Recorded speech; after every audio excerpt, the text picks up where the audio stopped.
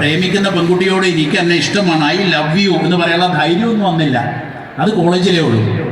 I love you എന്ന് പറയണമെങ്കിൽ കോളേജിലെത്തണം. ഹൈസ്കൂളിൽ നിന്ന് അതിനുള്ള ധൈര്യമൊന്നുമില്ല. എനിക്കും തോന്നിയിരുന്ന ഒരു പെൺകുട്ടിയോട് പ്രേമം ഹൈസ്കൂളിൽ നിന്ന്, പക്ഷെ ധൈര്യം ഉണ്ടായിരുന്നില്ല. പക്ഷെ കോളേജിലെത്തിയപ്പോൾ അതങ്ങ് പ്രണയമായി.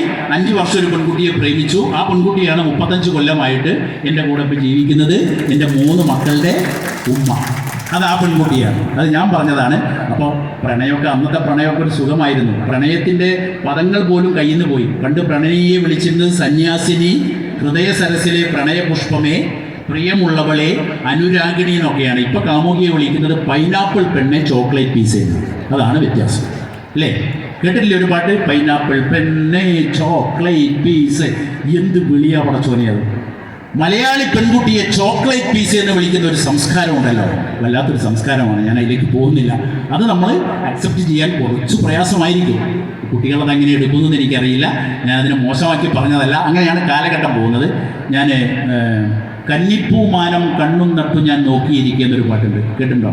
കേൾക്കാത്ത ശബ്ദം എന്ന സിനിമയിലെ മാർക്കോസ് എന്ന പാട്ടുകാരൻ പാടിയതാണ്. ദാസേട്ടൻ്റെ ശബ്ദമായിട്ടാണ് നമുക്ക് ചിലപ്പോൾ തോന്നിയിട്ടുണ്ടാവുക. ദാസേട്ടനല്ല അത് പാടിയത്, മാർക്കോസ്. ഞാൻ അദ്ദേഹമായിട്ട് വളരെ അടുത്ത ബന്ധം സൂക്ഷിക്കുന്ന ഒരു ഗായകനാണ്.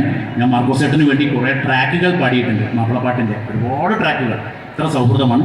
മാർക്കോസേട്ടൻ ബാലേന്ദ്ര മേനോൻ്റെ സിനിമയിൽ പാടിയ നല്ലൊരു പാട്ടാണ്. ആ പാട്ട് പാടിത്തരാം കേട്ടോ. മറ്റേതിപ്പോൾ നിങ്ങളോട് ചോയ്സൊക്കെ ചോദിച്ചാൽ ഈ ചർച്ച എവിടെ എത്തില്ല. അതുകൊണ്ടാണ്